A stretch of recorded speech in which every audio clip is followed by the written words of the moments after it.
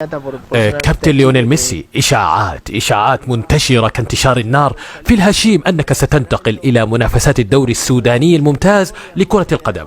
ما هي حقيقة هذه الإشاعات كابتن ليو؟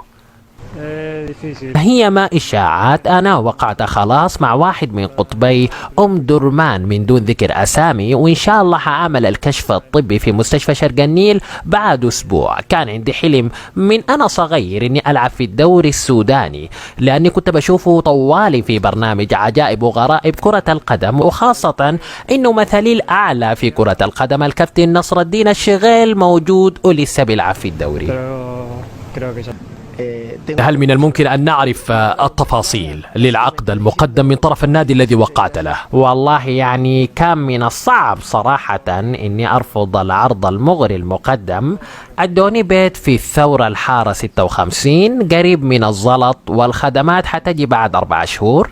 في ترحيل من النادي للبيت لحد ما يجيبوا لي عربيتي الأكسنت الدبدوب من المنطقة، والراتب بالمجمل 600 مليون. 600 مليون دي ما 600 مليون دولار، 600 مليون جنيه. أكيد أنت عارف المعلومة. يا زول السمسار ده غشاني ولا شنو؟ حتى لا نخرج عن سياق الحديث كابتن ليو، كيف كان الاستقبال عند وصولك إلى السودان؟ من المطار مشيت أكلت كوارع في الموناليزا، وودوني استاد الخرطوم في السوق العربي عشان أشوف المرافق الرياضية في السودان.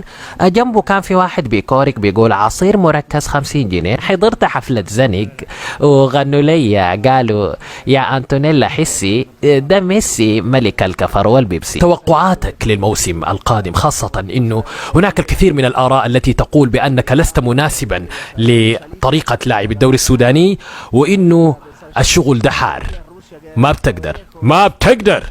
ديل شو ذات آفاق. أنا أخذت دورة تنمية بشرية كيف تصبح كوحيد القرن في الملعب، ومتأكد أني جاهز لأي ساطور في الميدان.